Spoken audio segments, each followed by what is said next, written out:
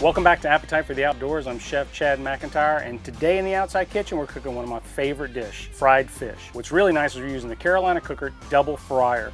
So we've got beautiful hybrid bass out of Lake Norman, North Carolina that Chris and the guys brought for us. And we're gonna do kind of a calabash style, which is basically the fish, a breader, and right into the fryer. It's very simple, keeps a lot of the flavor of the fish, and is one of the easier ways to do it that I enjoy. So we got our oil set right here. It's about 325 to 330, kind of wanna regulate with that. And with this fryer, you can do that. So we're gonna do a bread, just a light breading, and we're gonna go right into the fryer with it.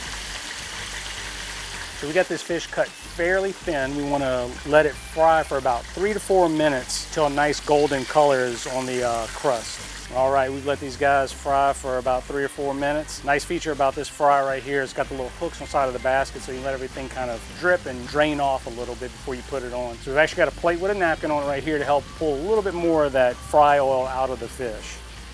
A nice, simple, easy dish with a great piece of equipment makes it a lot more enjoyable to cook this. And serve with a little bit of cocktail sauce and some citrus, even my favorite, a little bit of hot sauce. And as always, it's great to catch some wild fish in the outdoors, but even better when you can incorporate it into a dish.